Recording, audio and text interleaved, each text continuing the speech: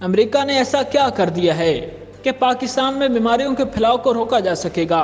یہ ایک ایسا سوال ہے جو کہ ہر پاکستانی کے ذہن میں آتا ہے، کیونکہ عام پاکستانیوں کو تو ہمیشہ یہ بتایا گیا ہے کہ ملک میں جو بھی خرابی آتی ہے اس کے پیچھے امریکہ کا ہاتھ ہوتا ہے، جیسے کہ عمران خان نے اپنی حکومت کے جانے پر اس کو امریکی سازش کہا تھا اور پھر وقت کے ساتھ ساتھ اپنے بیان سے مکر گیا اور اب امریکیوں کے ساتھ سازش کر رہا ہے کہ کس طرح اس کو اقتدار واپس مل جائے۔ تاہم پاکستان میں امریکی سفارت خانہ کے نائب chief of mission Andy Schofer, وفاقی سیکرٹری برائے قومی صحت ڈاکٹر محمد فخر عالم عرفان اور پاکستان کے قومی ادارہ برائے صحت کے سربراہ غزل پروین نے آج امریکی معاونت سے قائم ہونے والی ایک تشخیصی لیبارٹری کا افتتاح کیا۔ یہ لیبارٹری کے قیام سے پاکستان میں جراثیم سے پیدا ہونے والی بیماریوں کی تشخیص اور تدارک کے استعداد کار میں اضافہ ہوگا۔ تقریب سے خطاب کرتے ہوئے اینڈی شوفر نے کہا کہ پاکستان میں 2022 میں آنے والا سیلاب اس امر کی یاد دہانی کراتا ہے کہ کس طرح کھڑے پانی سے پیدا ہونے والی بیماریاں صحت کے لیے خطرہ ہوتی ہیں۔ انہوں نے کہا کہ سیلاب کے بعد جاری بحالی کے سلسلے میں امریکہ پاکستان کی حمایت پر کاربند ہے۔ امریکی centre for disease control and prevention کی اعانت سے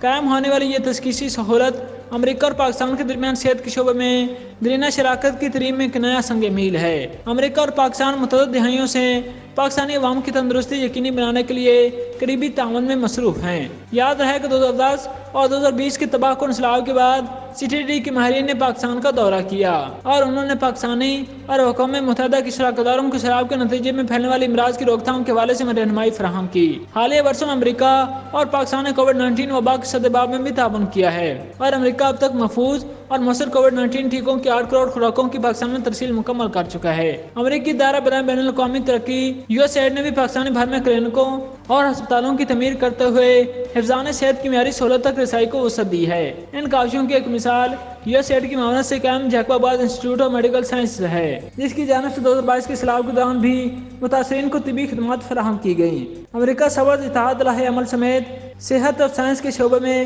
پاکستان کے ساتھ مضبوط شراکت کے قیام کا سلسلہ جاری رکھے گا۔